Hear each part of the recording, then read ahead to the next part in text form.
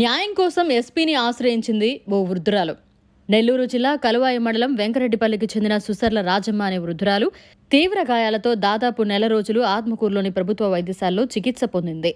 అయితే దీనిపై స్థానిక పోలీసులకు ఫిర్యాదు చేసినప్పటికీ అసలు నిందితుల్ని వదిలేసి చిన్నపాటి సెక్షన్తో కేసు తప్పుదోవ పట్టించారని ఆవేదన వ్యక్తం చేసింది. రాజమ్మకు ఇంటి పక్కనుండే మహిళా కానిస్టేబుల్ కుంచె స్వప్న, ఆమె భర్త కుంచె విజయ్ కుమార్తో చిన్న స్థలంలో చెత్త వేసిన విషయమై గత కొద్ది రోజుల నుంచి గొడవలు జరుగుతున్నాయి. ఈ గొడవలు తారాస్థాయికి చేరడంతో కానిస్టేబుల్ స్వప్న, ఆమె భర్త మరొక మహిళ కలిసి రాజమ్మను గత నెల 25వ తేదీన రాళ్లతో కర్రలతో దారుణంగా దాడి చేశారు. కుడికాలు ఎడమ చేతి మణికట్టు విరిగిపోయింది. మోకాలి నుండి కింద వరకు ప్లేట్స్ వేసి ఆపరేషన్ చేశారు. హాస్పిటల్లో దాదాపు 20 రోజులు ఉండడం జరిగింది. 6 నెలల వరకు బెడ్ రెస్ట్ తీసుకోవాలని డాక్టర్స్ చెప్పినట్లు రాజమ్మ కూతురు, కోడలు ఎస్పీతో మొరపెట్టుకున్నారు. ఇంత దారుణం జరిగితే తమకు కలువాయి పోలీసులు న్యాయం చేయలేదని కన్నీరు మున్నీరు పెట్టుకున్నారు. విచారించి న్యాయం చేస్తానని ఎస్పీ కృష్ణకాంత్ భరోసా కల్పించారు. అయితే ఇంత దారుణంగా వృద్ధురాలను కొడితే పోలీసులు మాత్రం ఆడవాళ్లు కేవలం తోసేసుకున్నారని చిన్నపాటి సెక్షన్తో కేసు క్లోజ్ చేయడం విశేషం. కొట్టింది మహిళా కానిస్టేబుల్ మరియు ఆమె భర్త కాబట్టి కేసు ముందుకు పోవడం లేదని బాధితురాలు కన్నీరు పెట్టుకున్నారు. మమ్మల్ని సొరణ ఈజియా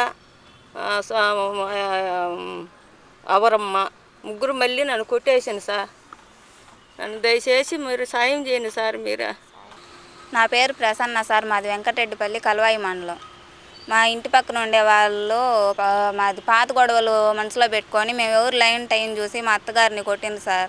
కాళ్ళు చేతులు ఇరిగి తల పగిలేటట్టు రాళ్లతో కర్రలతో కొట్టిండ్రు. వాళ్ళు కుంచె విజయ్ కుమారు, కుంచె స్వప్న, కుంచె అవరమ్మ వాళ్ళు ముగ్గురు కలిసి పాత గొడవలు మనసులో పెట్టుకొని కొట్టిండ్రు. మేము ఎక్కడికి ఆత్మకూరు డిఎస్పీ సార్ దగ్గరికి వెళ్ళినా, కలువాయి ఎస్ఐ గారి దగ్గరికి వెళ్ళినా మేము చెప్పినట్టు కేసు కట్టట్లేదు. మాకేం సమాధానం కానీ ఇవ్వడం లేదు సార్. మాకు ఎక్కడ న్యాయం జరగక ఇప్పుడు మొన్న కానీ మేము పోయినసారి 7వ తేదీ ఇక్కడికి స్పందనకు వచ్చాను సార్. వాళ్ళు మళ్ళీ డిఎస్పీ సార్ దగ్గరికి వెళ్ళమని చెప్పారు.